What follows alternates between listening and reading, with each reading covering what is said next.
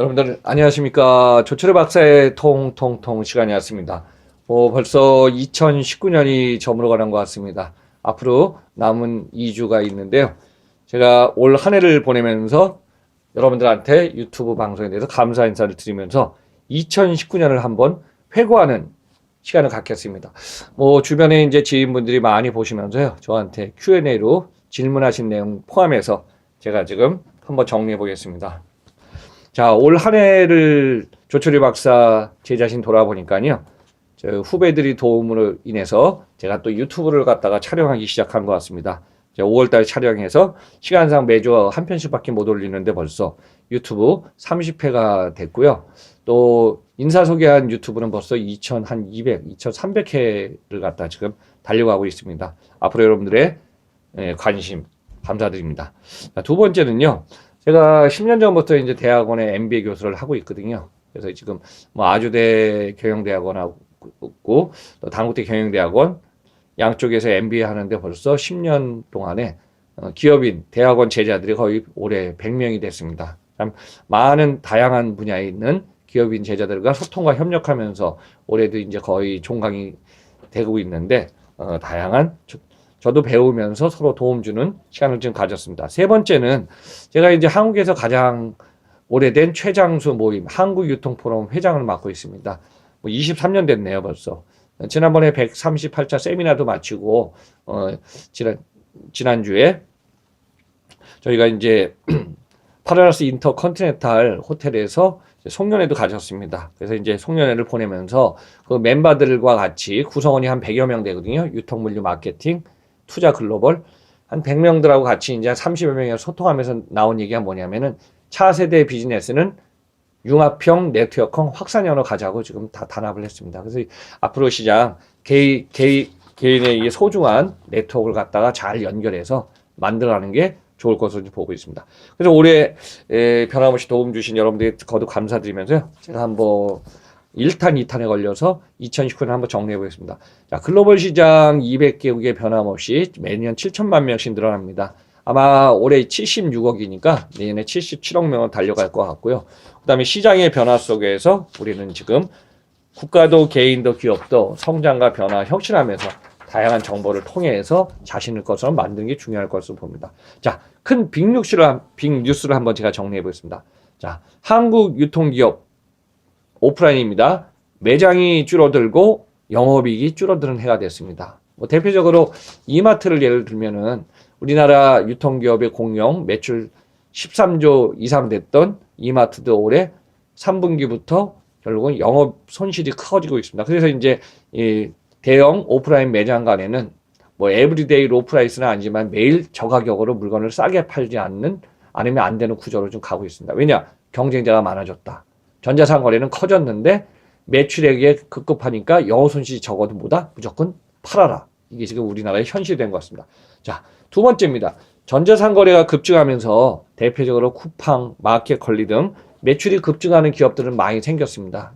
우리가 이제 업계에서 앞서가는 걸 우리는 오피니언 리더라고 합니다. 근데 리더 역할이 중요하긴 하지만은 이 두 기업들을 공통점을 보면은 쿠팡 영업손실 매년 인건비 포함해서 1조 이상 마켓컬리 600억 원 이상의 투자를 받으면서 계속 경쟁자가 지금 나오는 만큼 인프라 확대하면서 계속 투자 금액은 들어갈 겁니다. 물론 이제 매출액이 커지는 것도 상당히 중요하지만요. 매출액이 커지는 만큼 투자금이 많이 나고 영업 손실이 커지면은 기업들은 그만큼 힘들어지는 시장 속에서 지금 경쟁을 해야 될 것 같습니다. 자, 세 번째입니다. 급격한 인건비 상승 등에 의해서 영세 자영업자 인력 수급이 어려워서 힘들어한다.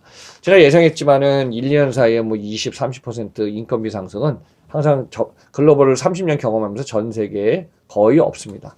그러다 보니까 최근에 어디 지역 상권이라든가 서울 도심에도 보면은 영세 상공업자들이 주로 남는 게 누구냐면 마지막까지 고용 인력을 줄여갖고 부부가 둘이 남더라고요. 편의점, 그다음에 자영업한 분들이. 그래서 이제 이 시장 앞으로 어떻게 될까? 인력 수급의 어려움이 올해 좀 큰 걸로 가겠습니다. 물론 이제 고정비 상승도 많아졌습니다. 임대료, 인건비, 기타 경비 등등.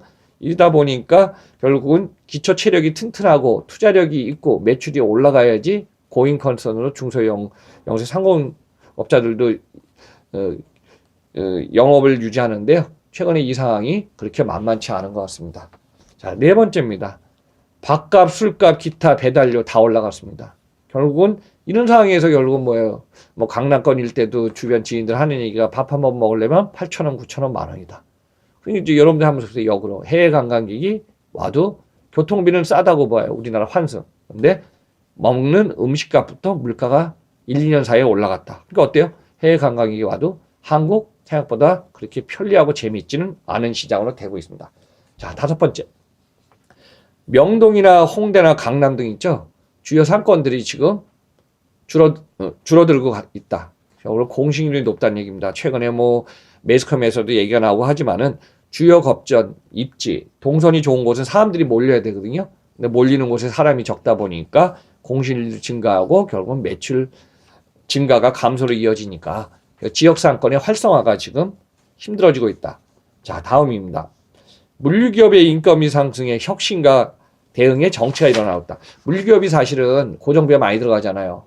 현장, 유통도 마찬가지입니다. 현장에 인건비 상승을 하다 보니까 경쟁력도 그렇지만은 매출액은 유지한다 해도 영업 손실의 폭이 더 커지고 있다. 다음입니다. 한국 기업의 투자 상황이 갈수록 더 힘들어지고 있다. 규제 강화를 시키면은 비즈니스는 활성화가 안 됩니다.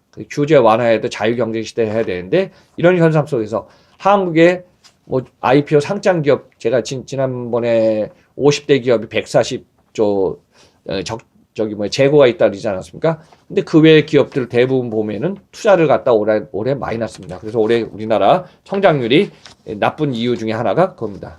그러니까 이제 국내에 물량도 지금 정체되는 게 올해 큰 빅 이슈입니다. 다음, 제조기업의 인건비 상승이 경쟁력을 약화했다. 결국은 해외로 나가는 거는 포인트 뭐냐면요. 소비시장이 커지는 이머징을 보고 가는 거고요. 두 번째는 인건비를 갖다 절감하기 위해서 가거든요. 그 다음에는 이제 물류비, 인아웃바운드를 해서 물류비를 소싱하기 좋게 가는데 최근에 제조기업이 국내에서 해외로 나갈 때 인건비, 고정비, 기타 경비 다 올라갔습니다. 그래서 결국은 경쟁력이 약화되고 있습니다. 그래서 이 부분을 앞으로 기업들이 취약한 이 점을 갖다가 더 보완하지 않으면은 제조업 국내에서 해외 아웃바운드 경쟁 기업에 비해서 큰 메리트가 없다고 저는 보고 있습니다. 자, 국내에서 해외로 나갈 때 진출하는 기업의 비용 증가. 따라서 베트남, 인도, 말레이시아 이쪽으로 지금 생산 거점 자꾸 지금 차별화해서 지금 나가는 시작이다. 자, 그 다음이 중요한 포인트입니다. 제가 유튜브 시작할 때 이런 얘기 했습니다. 금융시장의 금리 인하는 지속될 거다. 올해 아마 1월 3, 4일 날 제가 CNN의 헤드라인을 딱 봤어요. 봤을 때 FRB 의장이 한 얘기를 제가 유튜브에서도 얘기했습니다. 결국 뭐냐. 미국의 지속적인 금리 상승이 올해는 금리 인하로 바뀔 거다. 우리나라 저성장은 벌써 몇 년 전에 들어왔는데 최근에 기업들 경영 모든 체질 개선이나 여러 가지 경영 성과가 안 나오다 보니까 결국 한국은행이 어땠죠? 1.75에서 1.5, 1.5에서 1.25. 아마 제 예측입니다. 내년도 이대로 가면 한국 금리 1.0까지 갈 수밖에 없습니다. 그러면 이제 과거에 제가 뭐 시리즈에서 말씀드렸지만 일본하고 비슷한 저성장, 저소득, 저소비로 가는 경향이 눈에 보입니다.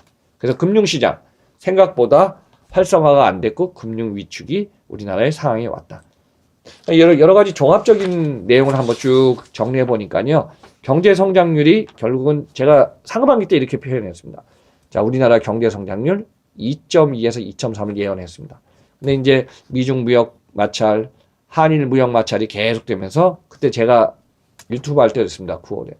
우리나라 1.7, 1.8로 갈 거다. 그러니까 최종적으로 최근에 이제 집계 데이터를 하면서 저 금융권이라든가 경제 분석하는 연구원이 고민을 많이 해요. 물론 한국은행도. 근데 대부분 제가 예상했던 대로 1.7에서 1.8, 무조건 2.0은 무너졌습니다. 그래서 우리나라 그 상황이 계속됩니다. 여기는 큰 요인이 있습니다. 첫째, 전년 대비 수출액이 감소했다. 여기에 따라서 수입도 더불어 같이 줄어들었다. 해외에서 들어와서 우리나라에서 소비를 써야 되는 관광객의 숫자는 크게 늘지 않고 와서도 1인당 객단가 소비할 수 있는 여력이 많이 줄어들었다. 근데 반면에 어쩌? 우리나라의 소비자들, 국민들은 국내보다 해외로 나가면서 동남아, 아세안 쪽으로 계속 하면서 시장 쪽으로 지금 나가면 1인당 쓰는 비용이 늘어났다. 심지어 이런 얘기까지 있습니다.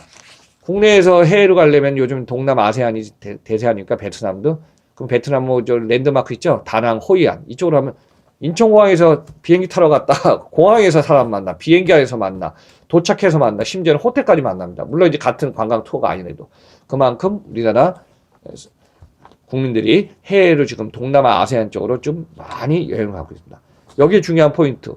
투자가 잘 돼야 소비까지 연결돼서 선순환이 돌아가야 되는데 투자의 여력이 올해는 너무 힘들어졌다. 그다음에 기업들이 우리가 이런 얘기 하지 않습니까? 제가 생각합니다. 독수리가 발톱을 감췄다가 또 펴줄 땐 펴줘야 되는데 지금 계속 지금 감추고 있어요. 지키려고. 투자도 모두 물론 이제 여력이 있어야지 투자겠지만 그런 상황이 당분간 계속됐기 때문에 올해 전반적으로 제가 보는 2019년 생각보다 어려운 한 해를 보내지 않았나 생각합니다. 그래서 일단은 1부에서는 이렇게 하고요. 제가 이제 다음 2탄에서 마무리를 다시 한번 정리해서 여러분들한테 제시했습니다. 여러분들 조철 박사 통통통 감사드립니다.